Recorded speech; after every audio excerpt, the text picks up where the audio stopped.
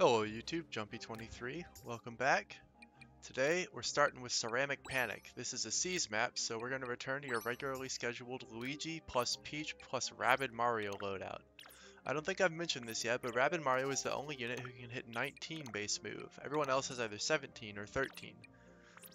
The only reason his movement is only decent is that he has no other movement skills like a team jump range buff or anything.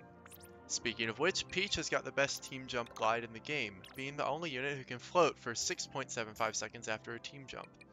Presumably, this is a callback to her float ability in like every game where she's playable. Pardon the smash cut back to the team tab if you noticed it. Deployment in this game is kind of like Kaga games. You have to reorder in the prep menu in order to change who goes in which deployment slot, so I often have to close out of the prep menu and reopen it to get the order right. From what I can tell, this map, despite being a Planet Coin map, is never randomized. It's always the exact same layout, although enemy placements can differ. I'm assuming this has to do with it being a Toad Rescue map. I'll know for sure when I do the Toad Rescue in World 2, but anyway, we're basically ignoring enemies thanks to Peach's team barrier, so that means this map is quite consistent.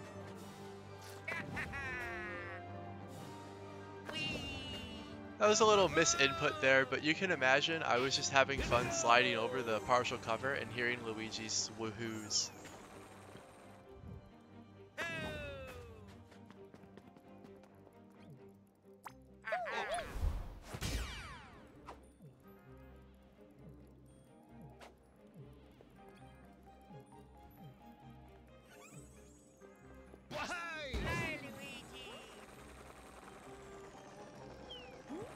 When you land on impassable terrain like cover, like I did there, you do a little bounce toward the closest passable tile.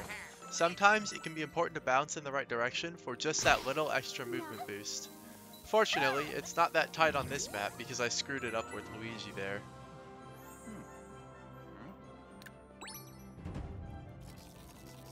Looking at this enemy phase, when the enemies are all Wild Claws and Bob-ombs, then I'm probably fine without Team Barrier anyway.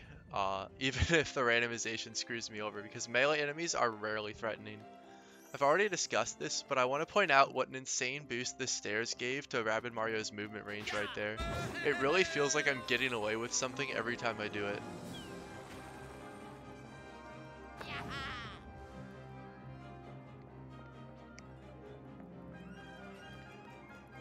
Now you fly!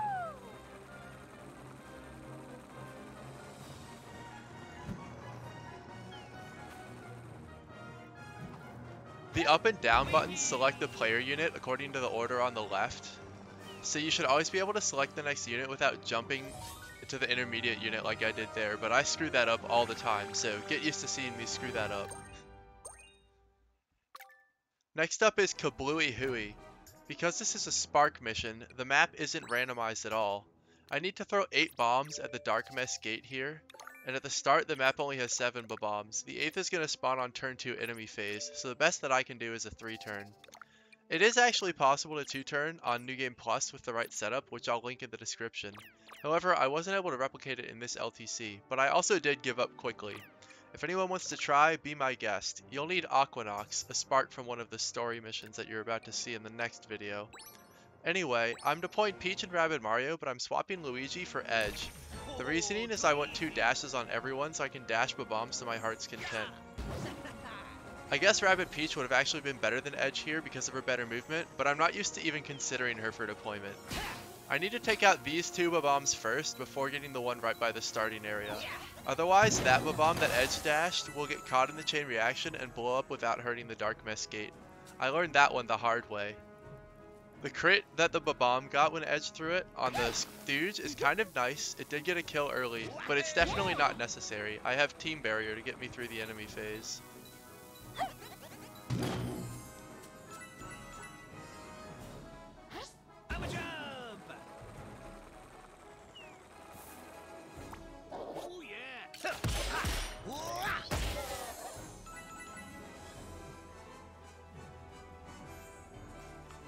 This is the first time I've ever seen a movement range like that.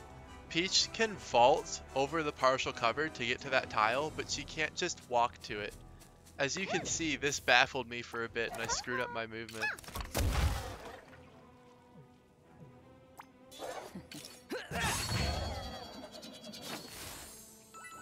too easy. For some reason, the camera on this level gets really screwy on enemy phase.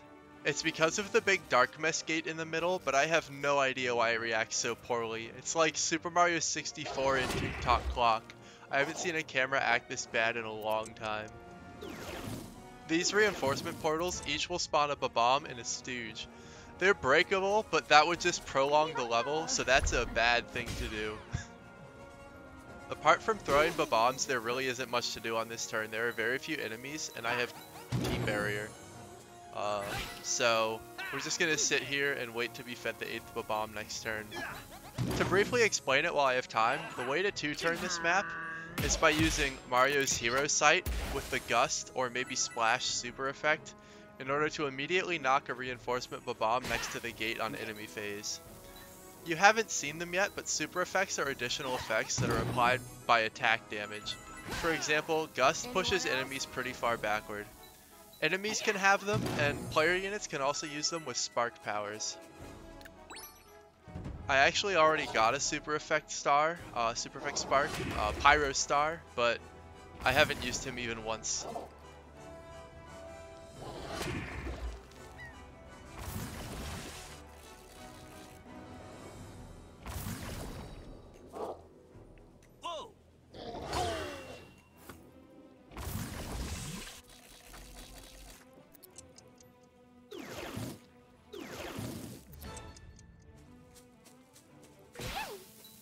Completing this level will reward me with Electro Dash, a new spark that gives dashes a little extra damage, and the shock super effect, which is just a little more extra damage. It's not very useful, but I will use Electro Dash occasionally. That was a long break, but we're back to one-turn mania. This planet coin mission is the Darkmess Outside the Lighthouse, and it's the one which I could have done before crossing the battlefield, but couldn't have one-turned. Now I can. I'm back to wanting maximum damage over everything, which means Mario is back on the team. I'm really almost starting to regret calling him not that good in the tutorial video, because we've seen him a lot so far. I swear that doesn't mesh with my memories of this game, so I think he probably falls off.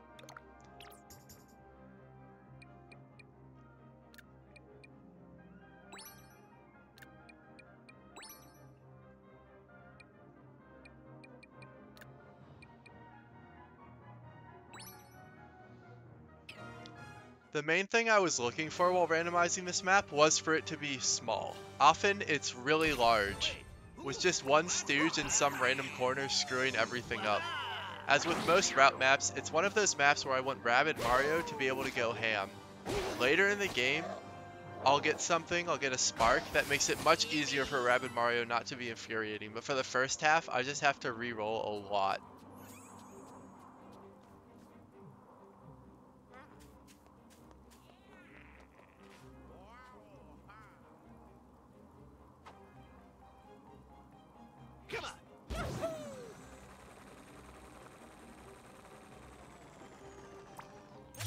I am really not sure what I thought about for so long while deciding whether to jump with Mario and while deciding who to shoot with Mario. These are pretty straightforward decisions in hindsight.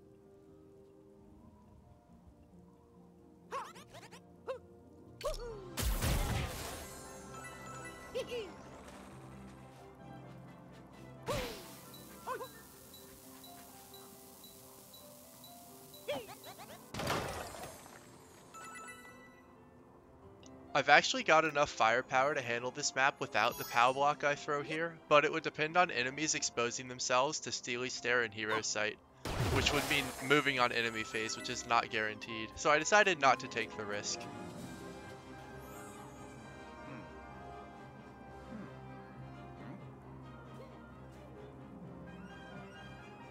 Watching myself set up these team jumps, I really look like a total amateur.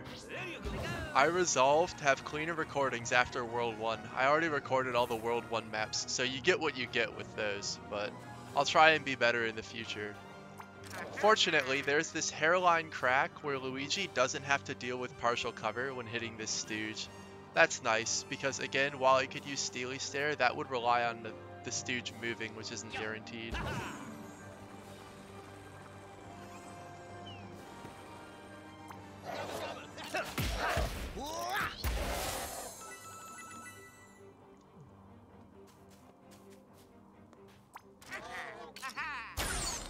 And the Darkmess Outside the Lighthouse is cleared in one turn. See you next time with some more one turns, some of which I'm very proud of.